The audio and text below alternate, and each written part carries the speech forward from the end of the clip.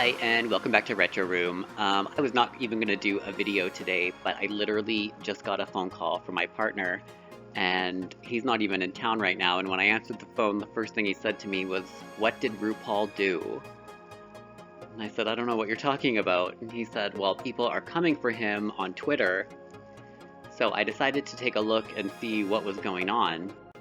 So in this article by Pink News published today, RuPaul compares transgender drag queens to doping athletes, doubles down on Drag Race ban. The comments have led to a further wave of criticism, and the TV star was originally asked by The Guardian if he would allow a transgender woman on Drag Race. So here's what he said. "Probably not. You can identify as a woman and say you're transitioning, but it changes once you start changing your body.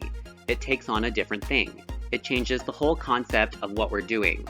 The show has had a number of trans-identifying contestants in the past, most notably Season 9 Queen Peppermint. Several other queens have openly spoken about having feminizing cosmetic surgery prior to competing on Drag Race.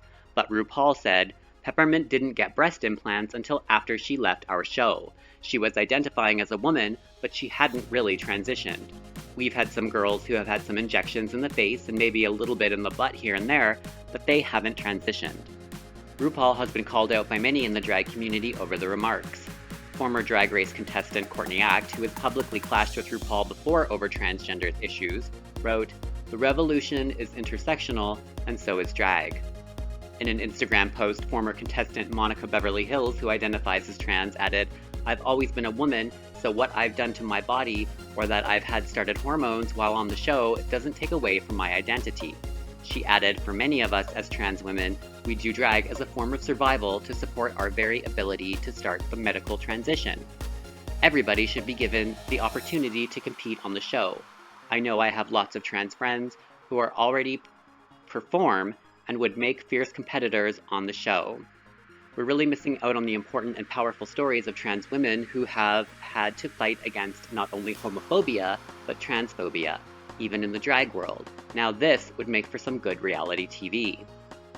And then it goes on to say that former contestant Gia Gunn said, "Makes me so sad that our own leader doesn't even see us as valid competitors in a world that's supposed to be all-inclusive. I felt this was the case for many years, but now it's presenting itself in flesh and showing its true colors." So it says, many former Drag Race stars identify as trans. In addition to Peppermint and Monica Beverly Hills, contestants who have publicly identified as trans include Gia Gunn, Kenya Michaels, Jiggly Caliente, Stacey Lane Matthews, Carmen Carrera, and Sonique. This next article here is from Teen Vogue, and it basically goes on to say the same thing, but here's a couple of comments that people had to say about RuPaul's comments. Philip Henry says, "As the most successful drag queen of all time, to many, especially those outside our community, you are the gatekeeper of drag. You can absolutely protect drag as an art form and protect its culture without maligning trans people." He goes on to say, "It is very easy to say, for Drag Race, I want to highlight cis men who do drag because it is the type of drag I do, and it's of gender and toxic masculinity.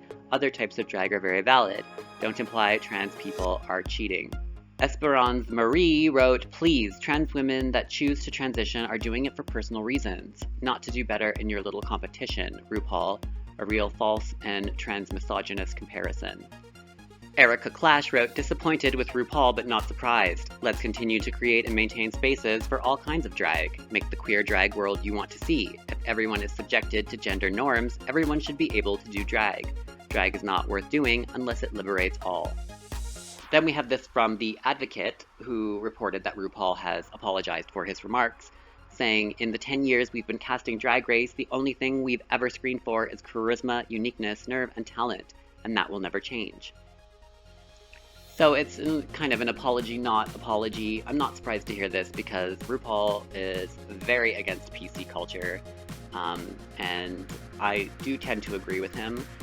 He is clearly not a misogynist, he is clearly not transphobic, and by trying to label him so, I believe that you are really invalidating people who suffer from real transphobes.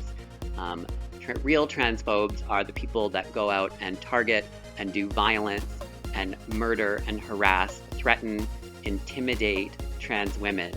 Real transphobes are people who humiliate and who actively work against the rights of trans people to live as people, to find happiness, and to live their normal everyday life.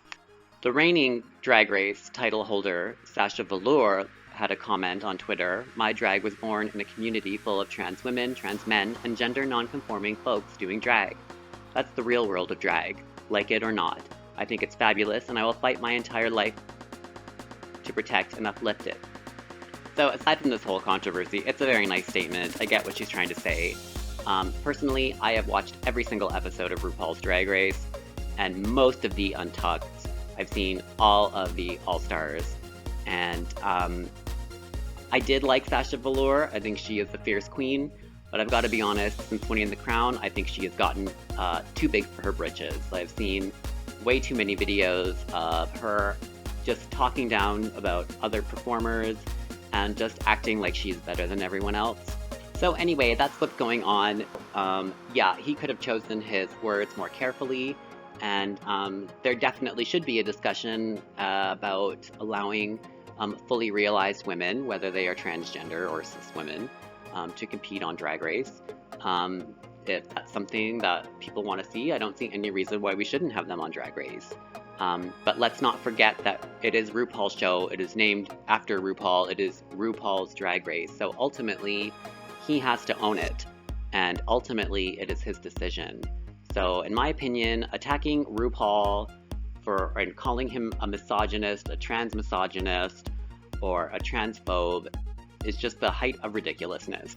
I think if people want to be activists and fight for trans rights, let's go after some politicians who are against trans rights. There are people out there who are actually doing violence to trans people. There are people out there who are actually working to take what rights they do have away from them.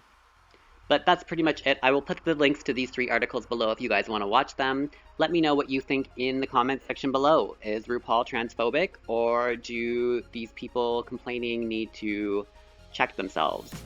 I want to thank you guys for watching. I hope you enjoyed this video, and I will see you again for my next upload. Please consider subscribing to my YouTube channel by clicking the kitty. I would very much appreciate it. And enjoy the rest of your day, and I will see you for my next upload.